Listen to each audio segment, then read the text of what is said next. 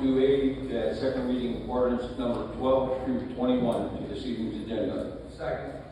It's been moved and seconded to suspend Rule 22A as second readings ordinances 12 through 21 to this evening's agenda. Are there any remarks? Hearing none, roll call vote please, Madam Clerk. Merrill. Aye. Babcock. Aye. Geovasis. Aye. Kimbrough. Aye. Gagnon. Aye. Chris Smith. Aye. Fisher. Aye. Sacco. Aye. Morris. Aye. 9 yeas, Mr. President. The motion carries, and ordinances 12 through 21 are a legal part of our agenda. We're now under public hearings. If we have no public hearings, we are under old business.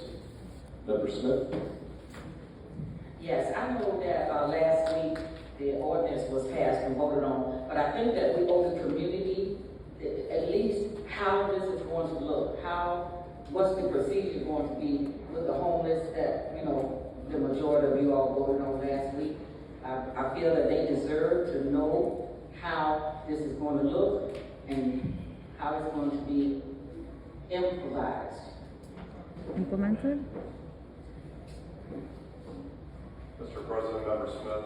Yes. The ordinance that was passed last week is, and as I stated previously, is not to, and I want to stress this, it's not to criminalize, it's not to round people up, right? We've had the same ordinance in our Canton parks for the last 9 years. And as I stated before, we have arrested 0 individuals. But it has been in our park, an ordinance in our parks, that you just cannot camp out in our Canton parks.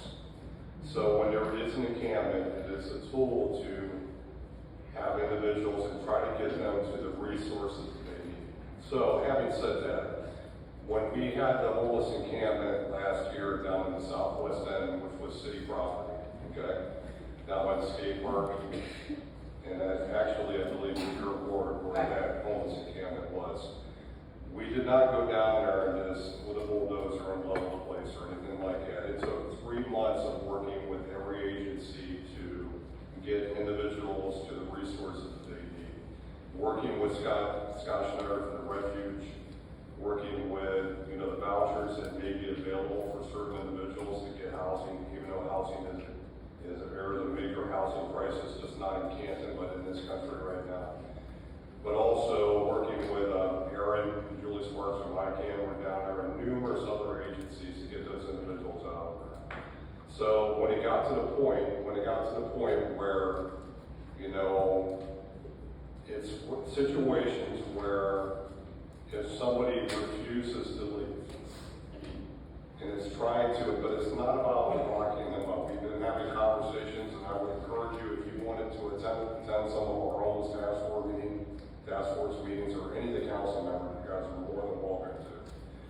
But it's looking at every option that we possibly can to get individuals that are most in need to the resources that we have available.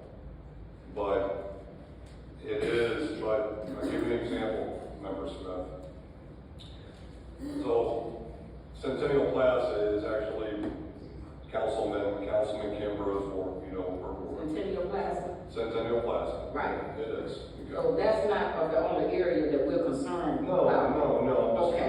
I know that you all keep saying about Centennial Plaza, but not to stop you here or be disrespectful or anything. I really wish that presentation that was here tonight would have been vice versa. That presentation, to me, should have been done before that vote last week. I know that you set it up, or the safety director set it up, but to me, that was the perfect presentation that should have been done before we voted. Because really, that's a lot of resource right there in just that bus alone. So that was my opinion about that. Chris, that was just, Member Smith, it wasn't possible because we didn't have the information about that until like the day after council voted. And we are currently looking at everything that we possibly can. That's why I thought it was important for them to come here tonight. Well, let me ask you one other question. What do we do No, when our can is full Member Smith. and reference to vote for the homeless? Member Smith, Yes. we will need to get to the meeting, and So what I would say is, after the meeting, please continue this conversation and, attend Now, we those- can't just get to the meeting because you took a lot of time before. And so I want the public to know what type of answers or where y'all going with this. So, Because I yeah, do not want yeah, us so- to have that on our hands about the homeless than the rest of them. Well, what I would say is to, work with the mayor after the meeting. We can always report back on this. We need to use old business just to address issues that come up. This is a conversation that we could have for probably hours. So we have to get to the meeting, but I think that your questions are valid, and I know that the mayor is going to answer any of these that you have. And we can always report on this again at Old Business next week. So if we can just kind of wrap this up so we can continue with the meeting. What we get ready to wrap up? Just the discussion here, just to kind of where we're at. Mayor, Member Smith, anything just to wrap it up so we can continue with our meeting? I got you, Mr. Smith. I know. I got you. I mean, the mayor could answer the question.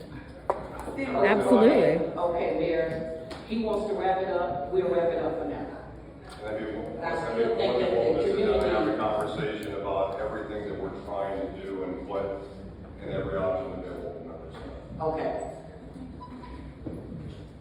Okay, so that is old business. So now we're going to move on to public speaks. We have 7 speakers this evening.